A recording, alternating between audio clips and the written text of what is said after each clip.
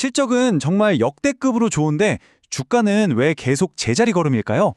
안녕하세요. 여러분의 성공 투자를 응원하는 엔통과 함께하는 투자여행 엔통입니다. 오늘 우리가 함께 파헤쳐볼 기업은 바로 HD 현대 마린솔루션인데요. 많은 투자자분들이 궁금해하시는 부분이죠. 탄탄한 실적 뒤에 숨겨진 진짜 이유, 지금부터 속 시원하게 알려드리겠습니다. 네, 오늘 이런 순서로 한번 살펴볼 겁니다. 먼저 주가가 왜 부진했는지 그 진짜 이유를 알아볼 거고요. 이어서 HD 현대 마린솔루션의 본업이 얼마나 튼튼한지, 또 미래 성장 동력은 뭐가 있는지 꼼꼼하게 분석해 보겠습니다. 그리고 가장 중요한 주가의 발목을 잡았던 최대 리스크가 드디어 해소됐다는 소식까지, 남은 리스크와 전망, 그리고 마지막 세 줄 요약까지 알차게 준비했으니까요. 채널 고정해 주세요. 자, 그럼 가장 궁금해하실 첫 번째 주제부터 바로 들어가 보죠. 실적은 좋은데 주가는 제자리인 이 아이러니한 상황, 도대체 왜 이런 현상이 벌어진 걸까요? 아마 많은 투자자분들이 바로 이 지점에서 고개를 갸우뚱하셨을 거예요. 실적 그래프는 계속해서 위로 쭉쭉 올라가는데 이상하게 주가만 옆으로 기어가는 모습이었잖아요. 여러 가지 이유가 있겠지만 가장 결정적인 원인은 바로 오버행이라는 보이지 않는 리스크가 계속 주가를 짓누르고 있었기 때문입니다. 이 오버행이 뭔지는 뒤에서 아주 쉽게 설명해 드릴게요. 그 오버행 리스크에 대해 듣기 전에요. 우선 이 회사의 기본 체력, 그러니까 본업이 얼마나 튼튼한지부터 확인하고 넘어가야겠죠? 실적이 꾸준히 성장하고 있다는 건 알겠는데 구체적인 숫자로 보면 더 와닿을 것 같아요. 네, 그럼요. 증권사 리포트에 나온 전망치를 한번 보시죠. 매출액을 보면 2024년에 1,745억 원에서 2027년에는 2,682억 원까지 아주 꾸준하게 성장할 걸로 예상돼요. 근데 진짜 놀라운 건 바로 영업이익입니다. 같은 기간 동안 2,072억 원에서 무려 6천억 원으로 2배가 훌쩍 넘게 급증할 것으로 보입니다. 지금 보시는 이 그래프가 그 성장세를 아주 명확하게 보여주죠. 마치 계단을 오르듯이 매년 껑충껑충 뛰어오르는 모습이잖아요.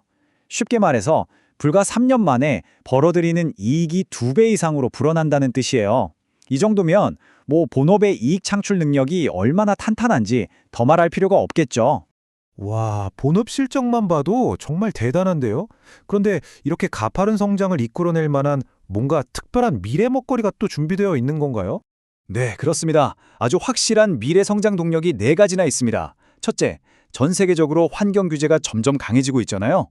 거기에 맞춰서 기존 배를 친환경 선박으로 바꿔주는 친환경 개조 사업이 있고요. 둘째는 AI 기술로 운항 효율을 높여주는 디지털 솔루션 사업입니다.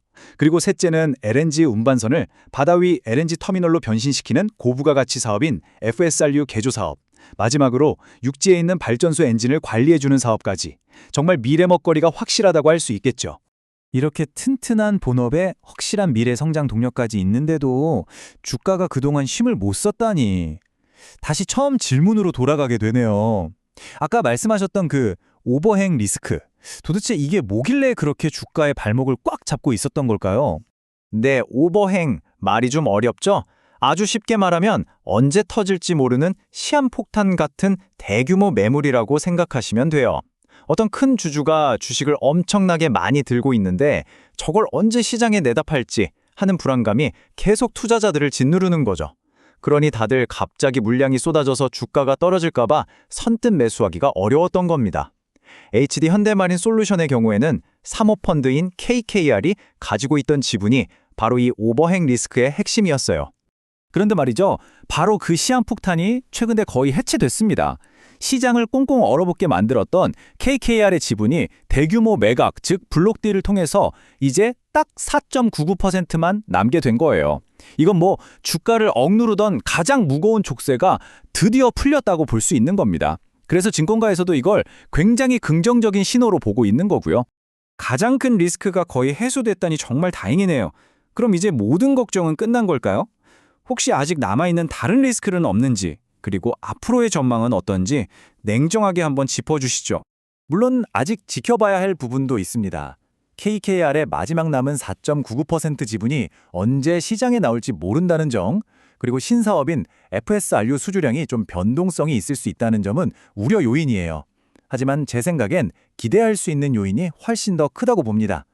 이 저울이 기대 쪽으로 확 기울어 있는 게 보이시죠? 가장 큰 리스크가 사라졌고 2025년에는 예상 배당 성향이 무려 69%나 될 만큼 주주들한테도 잘하겠다고 하고요. 여기에 신사업 수주 소식까지 더해진다면 주가 상승에 아주 강력한 엔진이 될 수 있습니다. 맞아요.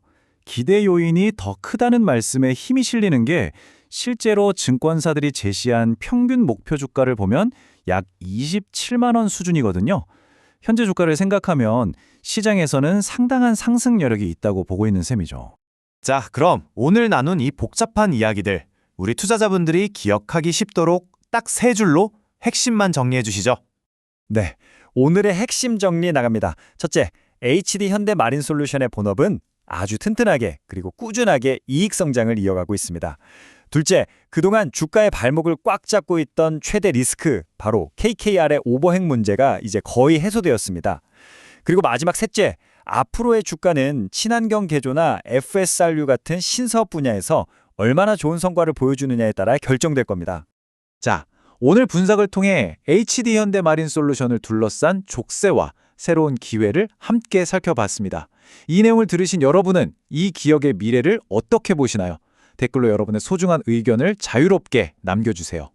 오늘 내용이 유익하셨다면 좋아요와 구독 잊지 마세요. 저희 채널에 정말 큰 힘이 됩니다. 저희는 다음 시간에도 더욱 알찬 투자 분석으로 돌아오겠습니다. 감사합니다. 그리고 본 내용은 정보 제공을 위한 것이며 모든 투자의 최종 판단과 책임은 투자자 본인에게 있다는 점 꼭 기억해 주세요.